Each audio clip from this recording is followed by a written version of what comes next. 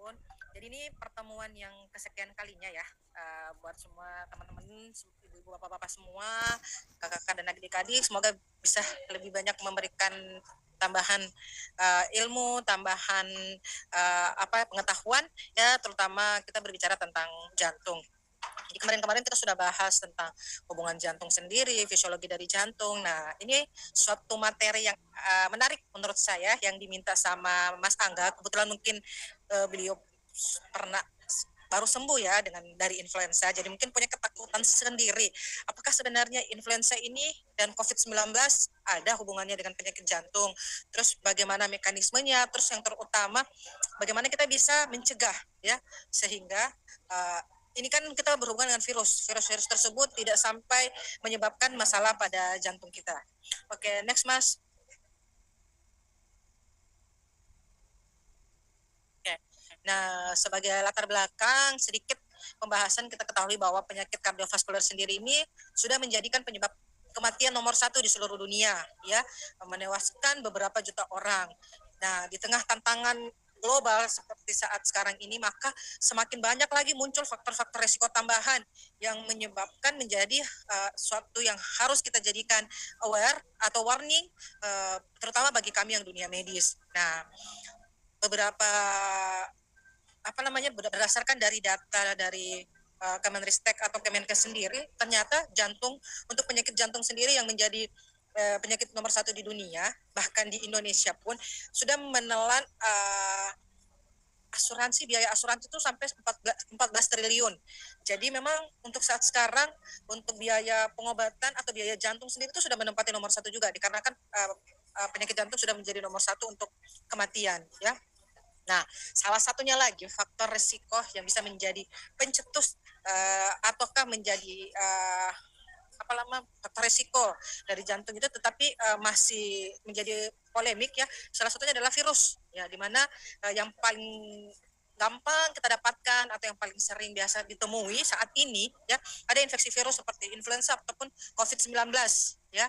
Dan di mana ternyata virus-virus tersebut tidak hanya selama ini mungkin bapak-bapak dan ibu-ibu cuma dengarnya menyerang pada sistem pernafasan, tetapi juga yang paling beratnya itu bisa memicu komplikasi yang berat pada sistem kardiovaskular atau sistem jantung kita. Nah, maka pada Zoom hari ini kita harus sama-sama sharing mengenai hubungan virus tersebut terhadap jantung ya. Nah, sedikit berteori ya, semoga tidak membuat ngantuk bapak-bapak dan ibu-ibu semua.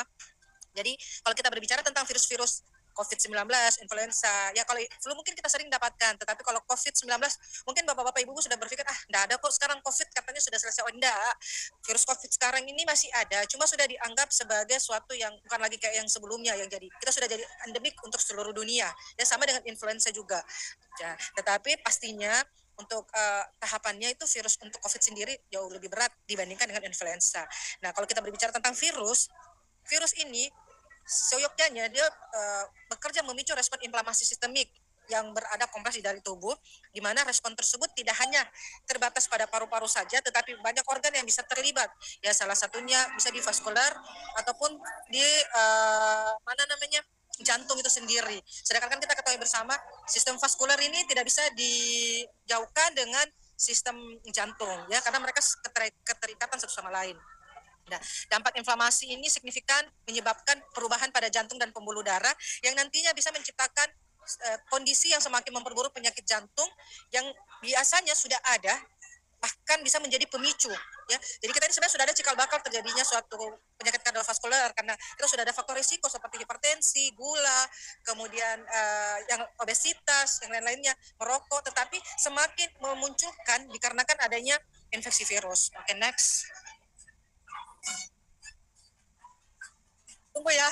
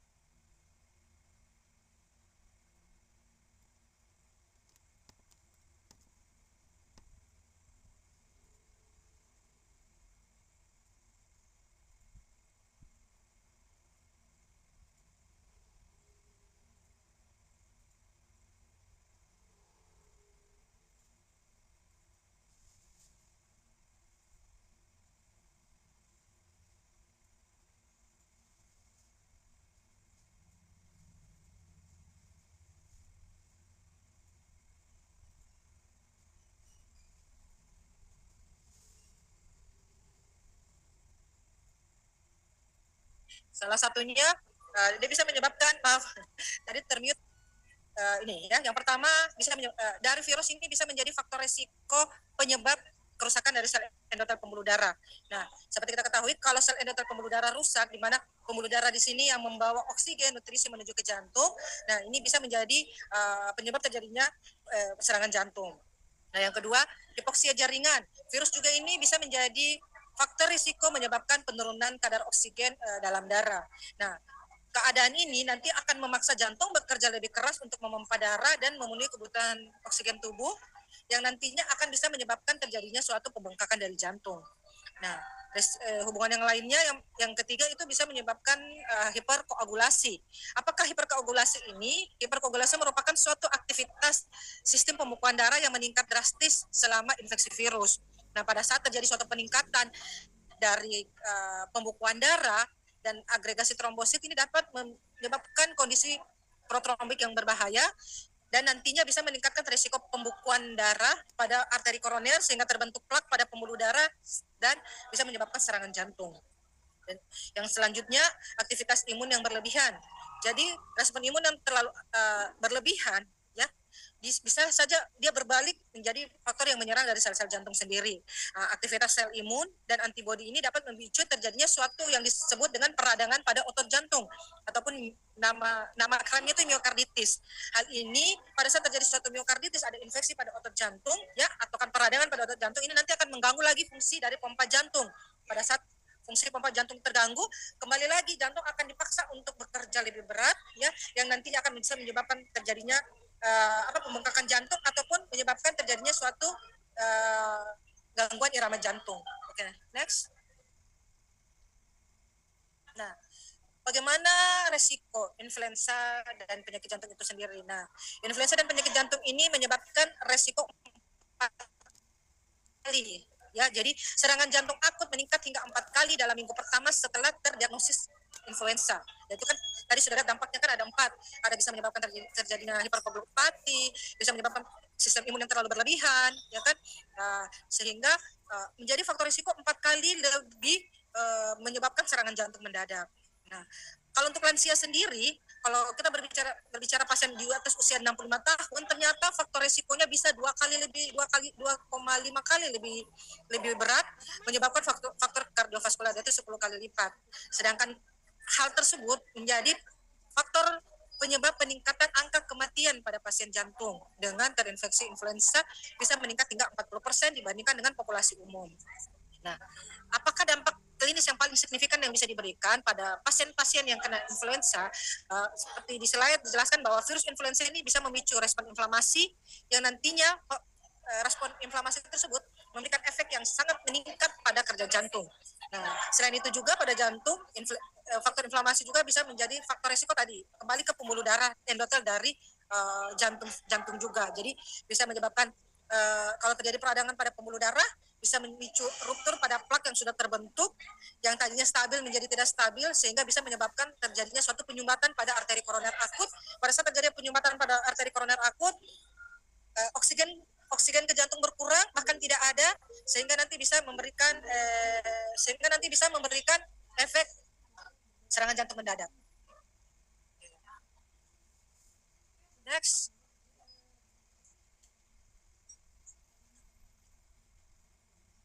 Slide-nya tidak kelihatan. Aduh.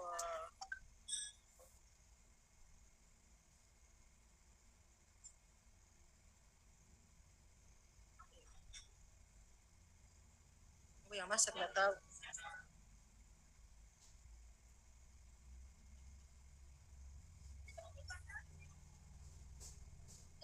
Kelihatan.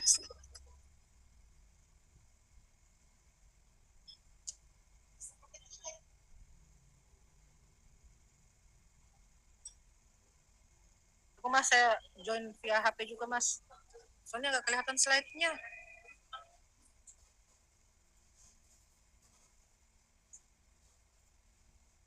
Oke, back mas. Setelahnya.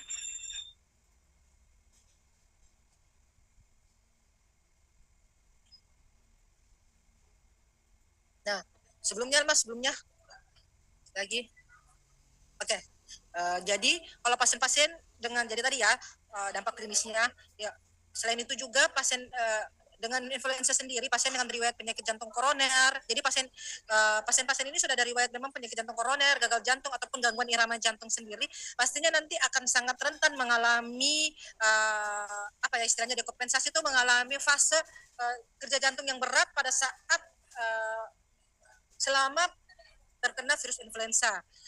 Sehingga pasien-pasien yang memang sudah riwayat jantung plus kena dengan virus influenza harus kita lakukan monitoring ketat dan intervensi atau pengobatan secara dini agar nantinya mencegah terjadinya suatu komplikasi yang lebih berat, bahkan bisa menyebabkan terjadinya suatu kematian. Okay, next mas.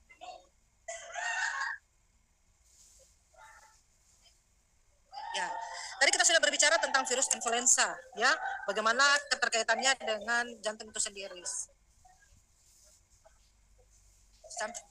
Nanti sekalian ya kita bahas untuk ini kali ya, untuk sesi tanya jawab. Nah, selanjutnya kita berbicara tentang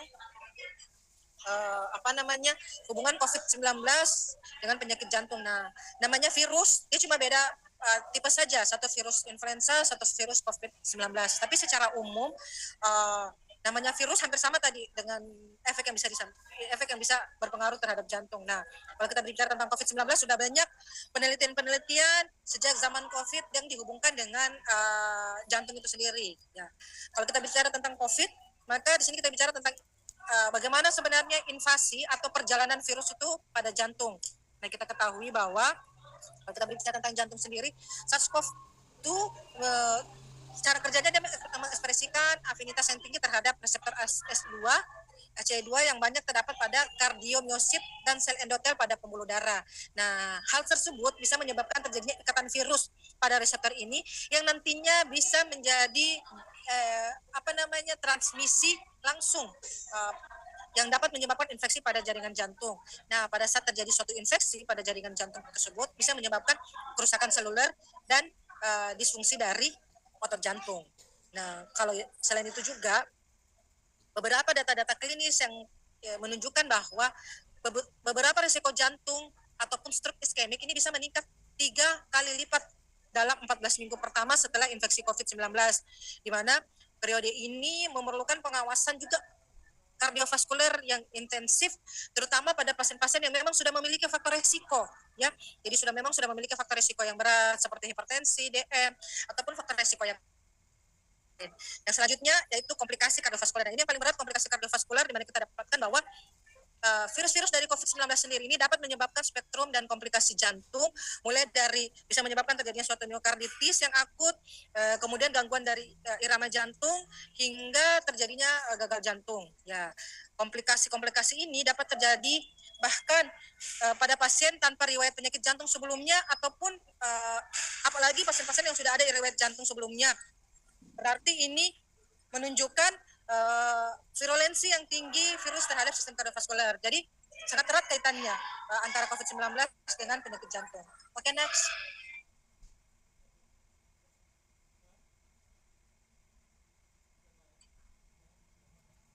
Nah, beberapa jenis varian dari COVID sendiri mungkin bapak-bapak, ibu-ibu, teman-teman semua sudah pernah membaca sekilas atau melihat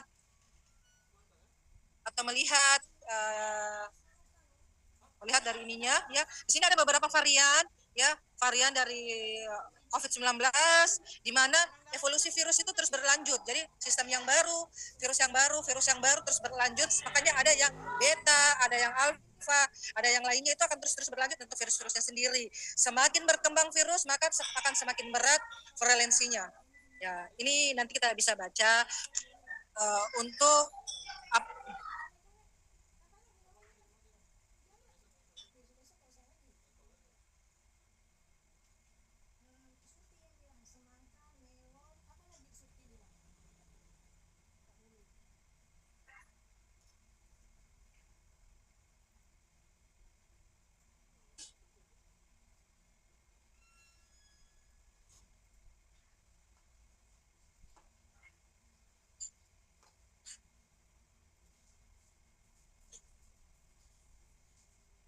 Nah, jadi kalau untuk virus-virus sendiri,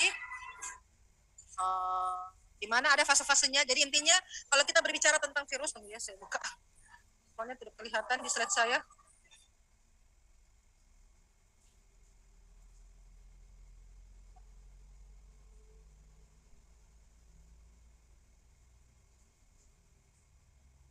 Nah, ini di slide-nya memang ada beberapa jenis virus COVID-19 sendiri ya, di mana untuk corona sendiri selalu bermutasi. Mutasi awal dia pada varian NB181, ini di awal 2025 mulai ditemukan, ya, yang terbaru.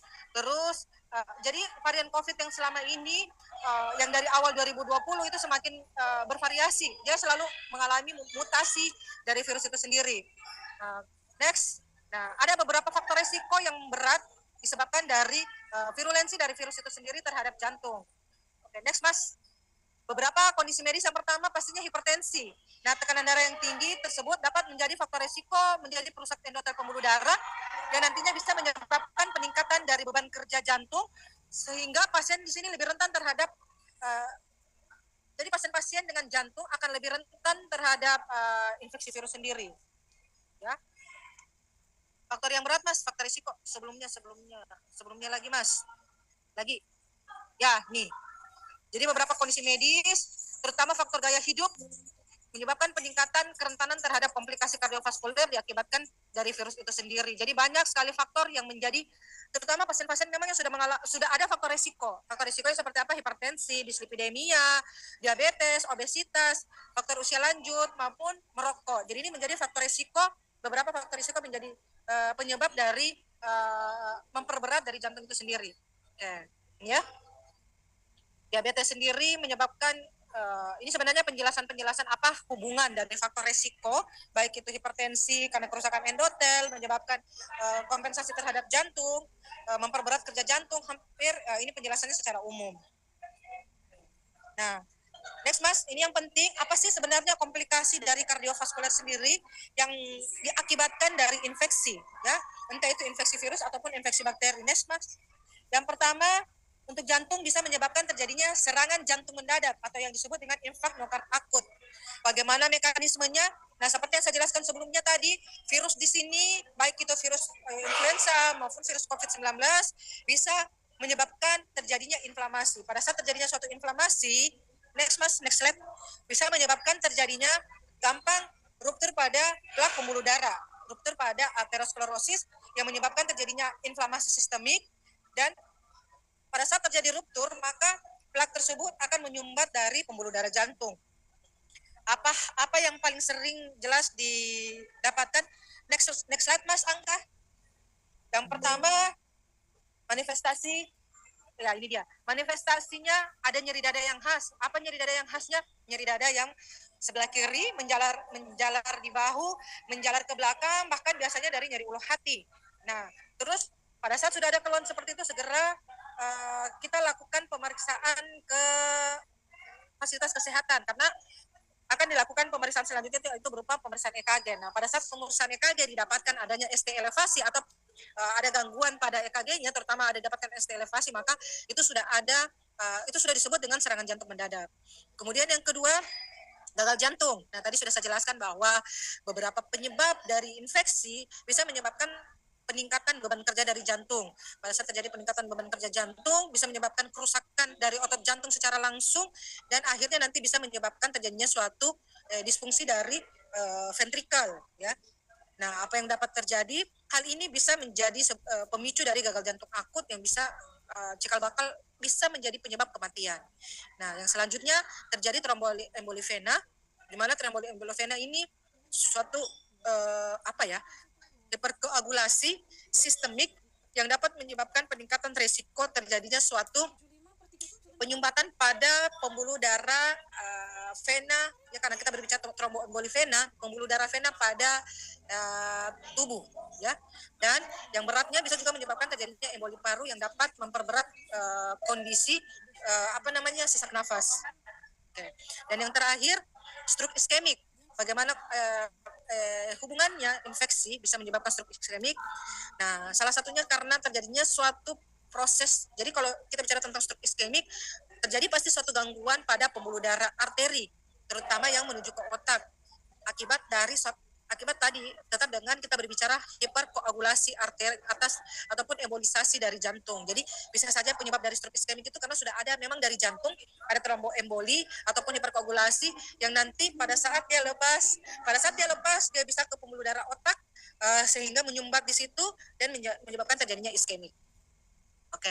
Nah, bagaimana kita menangani hal-hal tersebut? Apakah kita harus ada penanganan khusus mungkin dok pada saat di awal ataupun kita langsung bawa ke rumah sakit ya? Nah, pastinya kalau kita berbicara next mas, berbicara tentang penata laksanaan komplikasi dari penyakit-penyakit jantung, terutama yang penyebabnya dari infeksi virus, maka memang harus diperlukan suatu disiplin ilmu yang terstruktur dan terperinci ya.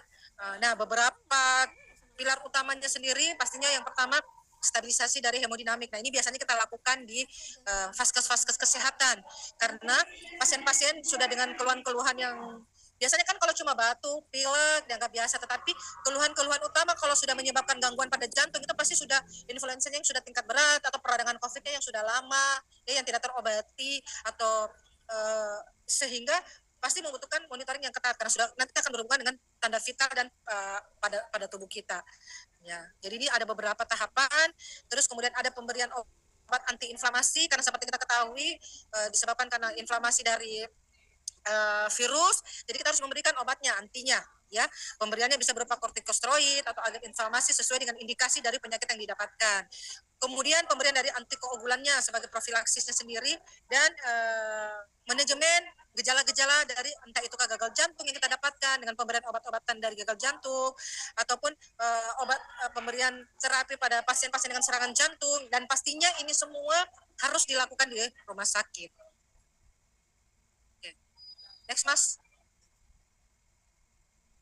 Nah, beberapa data epidemiologi yang dikeluarkan, baik itu WHO maupun beberapa penelitian menjelaskan bahwa pada tahun 2024 mengkonfirmasi bahwa beberapa virus, terutama virus influenza dan COVID-19, secara signifikan meningkatkan risiko kejadian dari kardiovaskular pada populasi global. Nah, ternyata dengan influenza maupun COVID-19 dia memberikan dampak yang berat pada jantung dan beberapa studi penelitian juga menjelaskan bahwa beberapa bahkan berjuta pasien dari berbagai benua menunjukkan bahwa infeksi virus yang sifatnya respiratorik ini meningkatkan risiko serangan jantung 3 sampai 5 kali lipat dibandingkan dengan populasi tanpa infeksi ya. Dan yang paling mengkhawatirkan di beberapa penelitian ternyata dari peningkatan faktor penyebab jantung sendiri itu tidak berhenti setelah fase akut infeksinya teratasi ya, tetapi resikonya bisa meningkat 12 bulan pasca terjadinya infeksi ya. Nah, berarti dengan kata lain bahwa virus itu tidak berhenti sampai di situ memberikan efek pada jantung, tetapi bisa memberikan kita sudah sembuh, terus kita anggap kita sudah aman. Ternyata di beberapa penelitian bahwa nanti fase 12 bulan setelah terinfeksi bisa memberikan efek yang berat juga bagi jantungnya. Makanya kita tetap harus melakukan monitoring yang ketat, monitoring yang yang komprehensif dan melibatkan multidisiplin untuk penanganan hal tersebut. Oke. Bagaimana sebenarnya untuk pencegahannya sendiri? Next, Mas.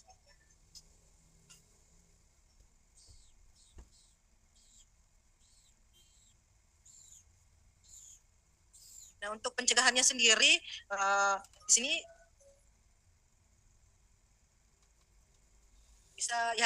bisa dijelas dari beberapa strategi pencegahan yang saya buatkan ini dengan mengurangi dampak dari dengan cara kuncinya yaitu mengurangi dampak dari kardiovaskular. Salah satu pendekatannya itu dengan menggabungkan pasti dengan vaksinasi. Nah, jadi biasa bapak-bapak ibu-ibu semua mendengar bagaimana sih vaksinasi flu, vaksinasi untuk virus sendiri itu sangat bagus, terutama untuk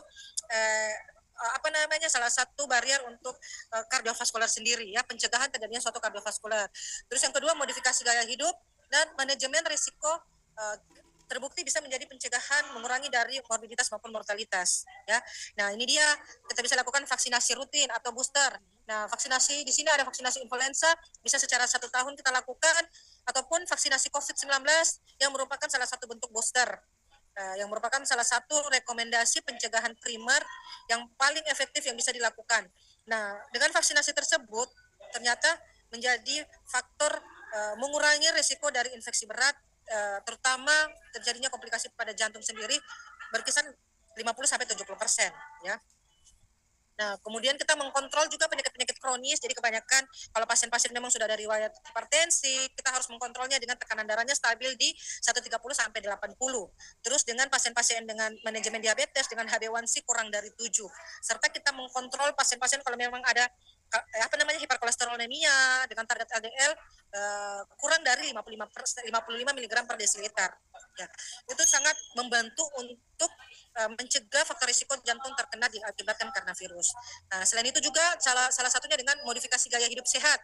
Dengan biasanya beri makanan yang seimbang, ada kayak antioksidan, terus aktivitas fisik yang teratur, minimal kita lakukan 150 menit per minggu, ya. Kemudian kita manajemen stres yang efektif, ya, karena kita tidak mungkin terlepas dari stres. Dan bagi yang merokok, berhenti merokok pelan-pelan ataupun secara total itu lebih bagus. Nah, dengan kita memperbaiki lifestyle kita, maka dapat membantu bahkan memperkuat sistem imun di dalam tubuh yang nantinya akan meningkatkan sistem imun sehingga faktor-faktor untuk terkena dari penyakit jantung itu akan lebih rendah. Dan yang terakhir, salah satu dari pencegahannya dengan pemantauan pasca infeksi, ya. Tadi kan saya katakan bahwa ternyata 12 bulan setelah kita terkena batuk atau infeksi masih bisa kita terkena. Nah, maka caranya itu kita lakukan screening dan monitoring dari fungsi kardiovaskular pada pasien pasca infeksi, terutama mereka dengan resiko yang tinggi. Ya, kita evaluasi mulai dengan pemeriksaan tekanan darah. Pemeriksaan tekanan darah yang kita lakukan minimal setahun sekali ataupun 6 bulan sekali. Kedua, kita lakukan pemeriksaan EKG untuk memastikan apakah jantung kita aman saja. Ataupun kita lakukan pemeriksaan biomarker jantung, enzim jantung, kita lakukan ehokardiografi yang nantinya ini sesuai dengan instruksi dari dokter. Pada pelaksanaan pasien, next pada pasien yang risiko tinggi, ya hampir sama sih tadi kita lakukan edukasi, ya. Seperti saat ini, lakukan edukasi pengenalan virus seperti apa, bagaimana cara pengenalannya, bagaimana cara pencegahannya, ya. Nah, catatan yang penting ini dia, strategi manajemen yang khusus pada pasien-pasien, terutama pada pasien-pasien yang lansia, ya. Oke, next. Nah, untuk perbandingan antara virus influenza dan COVID-19 pada jantung, di sini bisa kelihatan bahwa kita ketahui bahwa memang keduanya baik influenza maupun COVID-19 ini merupakan virus yang sifatnya virus respiratorik yang nanti bisa memberikan komplikasi pada kardiovaskular, tetapi ada beberapa perbedaan yang bisa dibaca dalam slide saya tampilkan, di mana kalau kita berbicara tentang influenza, peningkatan risikonya sendiri kalau untuk pasien jantung pada influenza itu bisa 4 kali lipat, ya. Sedangkan kalau untuk virus COVID-19, peningkatan risiko jantungnya itu bisa kena serangan jantung 3 kali lipat, ya. Tetapi dengan risiko yang lebih panjang. Jadi kalau kita berbicara tentang influenza dengan COVID, memang yang menyebabkan faktor risiko pada influenza sendiri jauh lebih besar dibandingkan dengan COVID untuk kena serangan jantung. Tetapi kalau sudah bisa tertangani dari influenza sudah aman. Tetapi kalau COVID, meskipun sudah tertangani, kita masih ada namanya window period. Memungkinkan pasien di 12 bulan setelah kena COVID itu masih memiliki faktor risiko untuk kena penyakit jantung. Ya. Terus yang kedua, durasinya kalau berbicara tentang virus influenza, efek sistemik yang inflamasinya sini dia lebih singkat, bisa mereda 2-4 minggu, tetapi kalau COVID dia bisa efeknya dia lebih jangka panjang, risiko kena jantungnya meningkat hingga 12 bulan pasca infeksi. Jadi jangan kira kalau kita sudah berhenti kena maka kita akan tidak terkena lagi, ya. Jadi itu yang bisa dilihat. Terus yang selanjutnya mekanismenya sendiri hampir sama, dia melalui inflamasi vaskular akut, ya. Kalau pada influenza sehingga dia bisa menyebabkan instability pada instability pada plak arteriosklerosis. Sedangkan kalau pasien COVID, dia langsung untuk virus COVID sendiri langsung ke kardiomyosit melalui reseptor ACE2 dan langsung menyebabkan kerusakan miokardium secara langsung. Nah, komplikasinya pada influenza lebih sering menyebabkan eksaserbasi gagal jantung hingga disfungsi ventrikel. Sedangkan kalau COVID ini karena dia sifatnya lebih panjang, long time COVID-nya lebih bermasalah, maka efeknya pun bisa akan lebih berat.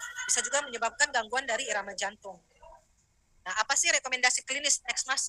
Rekomendasi klinis yang bisa diberikan pada pasien-pasien tersebut berdasarkan beberapa penelitian.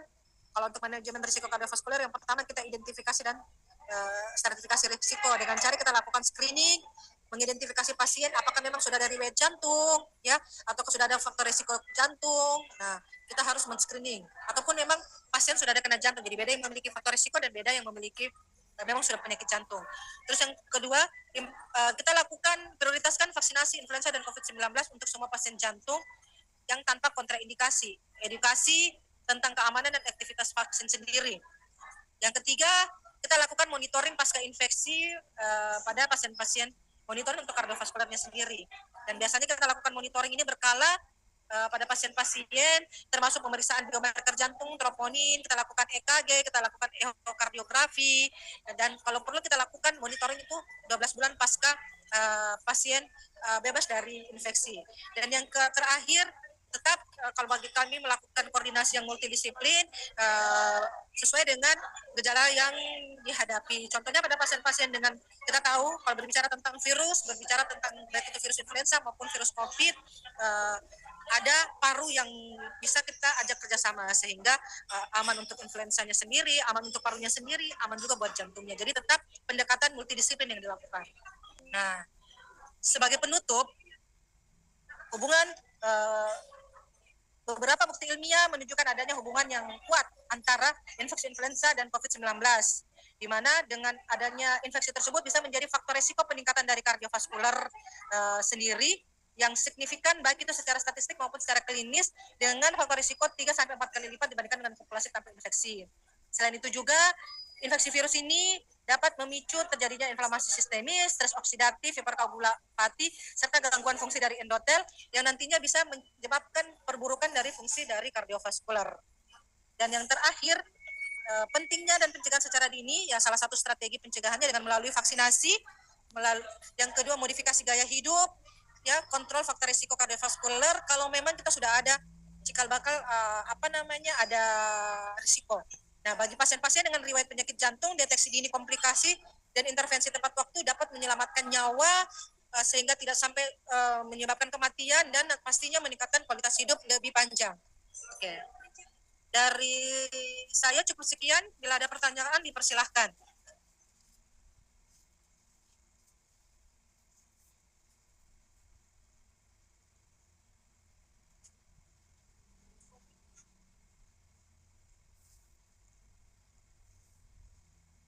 Oke, sampai di sini ada yang ingin bertanya?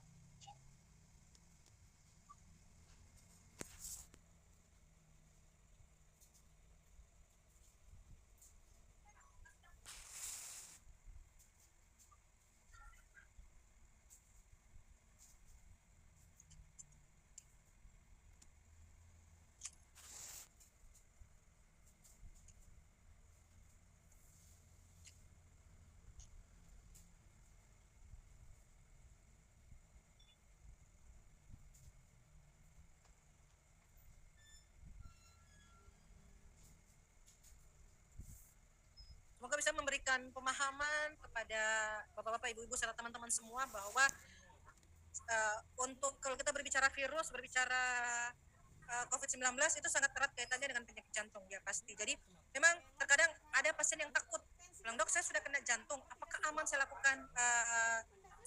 saya lakukan ini vaksinasi? Nah, kita tetap kembali lagi, kita lakukan lagi pemeriksaan yang lebih lengkap karena memang ada kondisi-kondisi tertentu yang kita bisa batasi untuk pemberian influenza. Pemeriksaan vaksinasi. Tapi sejauh ini beberapa penelitian memang menjelaskan, jadi masih di kondisi-kondisi tertentu kalau memang tidak ada masalah-masalah sampai menyebabkan suatu miokarditis atau bisa menyebabkan suatu gangguan irama yang berat, maka vaksinasi itu disarankan. Ya, ada juga pernah yang bertanya sama saya, dok, saya mau berangkat umroh, ini harus ada vaksinasi meningitis ataupun vaksinasi lain, apakah itu aman buat jantung? Dan saya sudah riwayat kena jantung. Aman, lebih bagus divaksin daripada nanti kena meningitis di sana. Nah, itu lebih berat lagi buat jantungnya. Makanya kalau untuk pemeriksaan untuk vaksinasi dengan pasien-pasien sudah dari riwayat jantung, diwajibkan untuk melakukan screening dulu atau ke dokter jantung untuk